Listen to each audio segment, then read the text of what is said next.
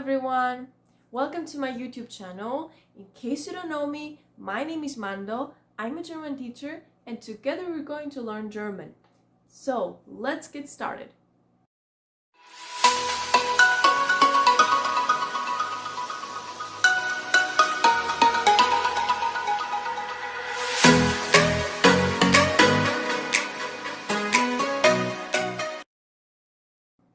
In previous videos, we talked about German tenses. So for example, if you want to talk about the present, then you use the present tense. If you want to talk about the future, then you either use the present tense or the future tense in German. Now, which tenses do we usually use for the past in German? The past tenses in German are three. Specifically, we have Perfekt, Präteritum and Plusquamperfekt.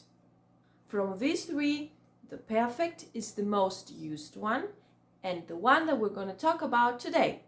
The German perfect is used in conversations or dialogues in our everyday life for actions that either happened in the past and they are completed then, or for actions that happened in the past and they still kind of like exist in the present.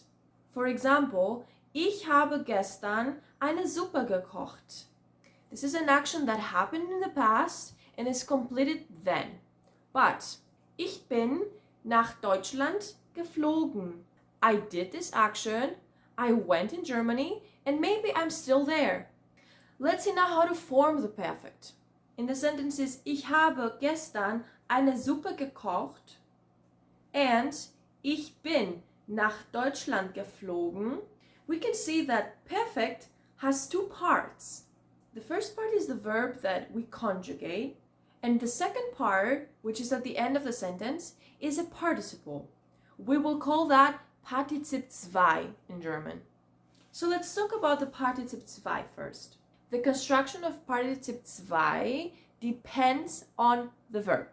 When the verb is regular, for example, kaufen, then we take the verb stem, kauf, and we add a ge at the beginning and a te at the end. For example, gekauft.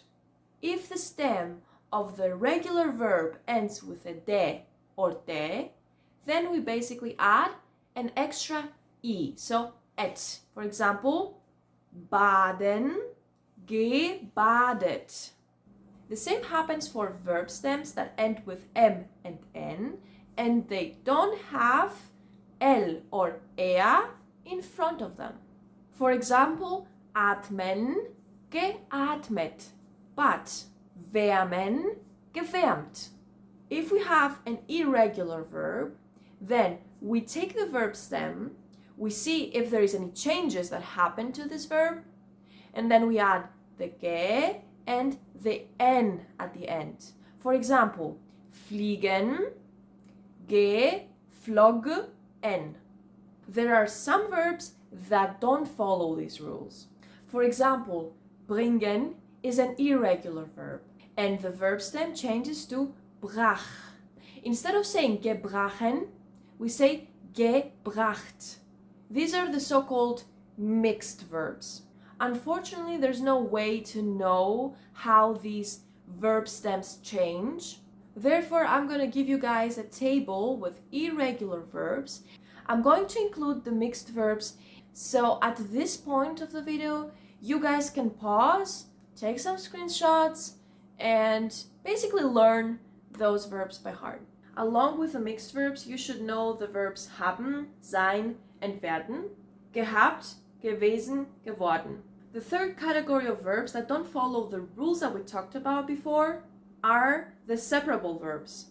For example, aufstehen. In this case, the ge of the participle zwei will go between the auf and the stehen. So, aufgestanden. The fourth category of verbs that doesn't follow the rules above consists of the inseparable verbs. They will just have no ge.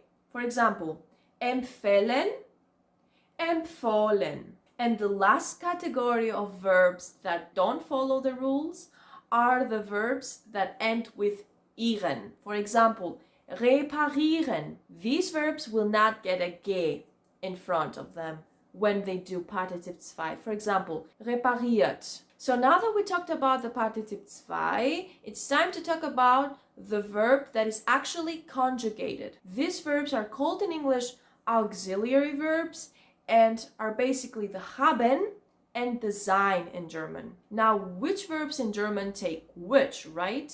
Very easy. Let's start with sein. Verbs that indicate movement from one place to another, or verbs that indicate change of state, go with sein. For example, ich bin nach Deutschland gefahren. Or, ich bin eine Lehrerin geworden. In addition, the verbs bleiben, sein, passieren take sein. So, ich bin geblieben, ich bin gewesen, es ist passiert. So, which verbs take haben? The rest of the verbs and the Reflexivverben. For example, sich entscheiden, ich habe mich noch nicht entschieden. So guys, this is all for today. I hope you liked this video. If you did, please give it a thumbs up. If you want to support me, subscribe and hit the bell button so that you never miss a lesson. And I'll see you all next time. Tschüss!